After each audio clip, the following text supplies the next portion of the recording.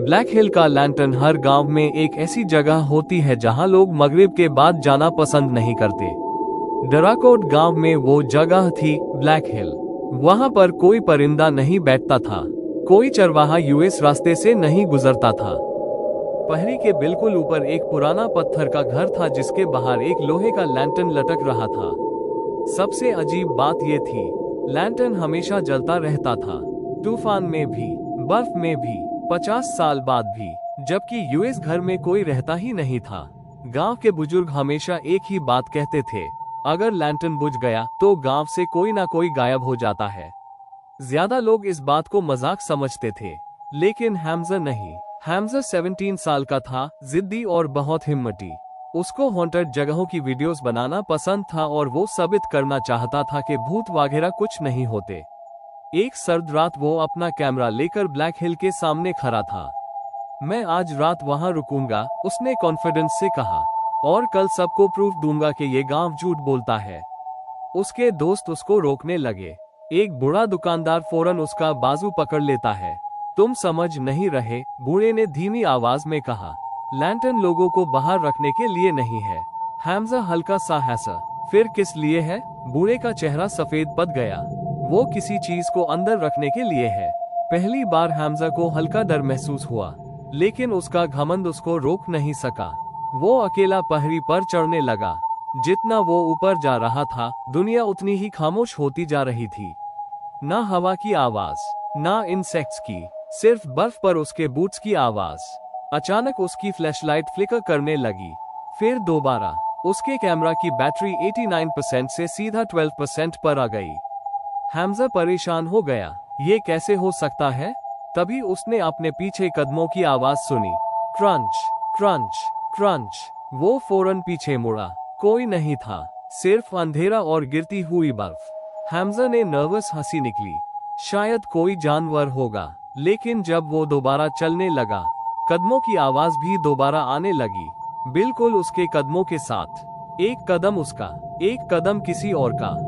हैम्जा की सांसें तेज होने लगी। वो धीरे से रुक गया। कदमों की आवाज भी फौरन रुक गई। ए फ्लैट हर तरफ गहरी खामोशी थी।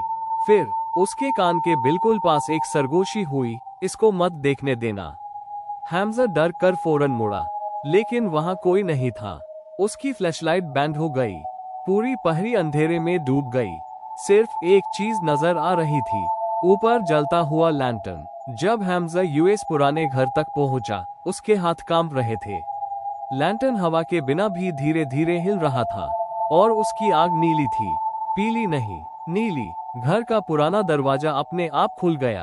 अंदर से मिट्टी और सादी हुई चीजों की बदबू आ रही थी। हर तरफ धूल जमी हुई थी, लेकिन जमीन पर गीले फुटप्रिंट्स थे, बिल्कुल नए, और वो नीचे बेसमेंट की तरफ जा रहे थे। हैम्जा ने कैमरा की तरफ देखकर जबरदस्ती हंसा। ये शायद कोई प्रैंक है, लेकिन उसकी आवाज अब कमजोर लग रही थी। वो फुटप्रिंट्स के पीछे नीचे उतरने लगा। नीचे एक छोटा अंधेरा कमरा था। उसकी दीवारों पर नेम्स खुरचे हुए थे, हंड्रेड्स ऑफ नेम्स, कुछ पुराने, कुछ नए, और कमरे के बीच में एक पुरानी कुर्सी रखी थी जो दीवार की तरफ थी। उस कुर्सी पर कोई बैठा हुआ था, बिल्कुल चुप। हैम्जा ने मुश्किल से पूछा, हेलो? वो चीज हिली तक नहीं।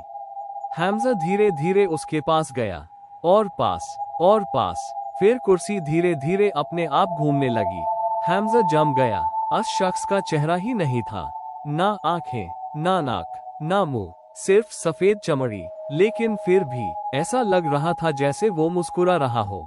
हैम्जा डर कर पीछे गिरा। उसका कैमरा हाथ से गिर गया। वो बिना चेहरे वाली चीज अचानक खड़ी हो गई। उसकी हड्डियां अजीब आवाज के साथ क्रैक करने लगी। फिर उसने हैम्जा के पीछे दीवार की तरफ इशारा किया। हैम्जा ने मुड़कर देखा। दीवार पर नए स्क्रैचर्स लिखे हुए थे, हैम्जा इज नेक्स्ट। उसी वक्त बाहर लैंटर्न बुझ गया। 50 साल में पहली बार। और पहरी के नीचे कहीं गहराई में से हजारों सरगोशियों की चीखें एक साथ गूंजने लगे। सुबह गांव वाले मिलकर ब्लैक हिल गए। लैंटर्न दोबारा जल रहा था, वो ही नीली आग के साथ। लेकिन हैम्जा गायब था। सिर्फ उसका कैमरा बर्फ में पड़ा मिला। उसकी लास्ट रिकॉर्डिंग स्टैटिक से भरी हुई थी, लेकिन एक फ्रेम साफ था। हैम्जा के पीछे एक बिना चेहरे वाली चीज खड़ी थी।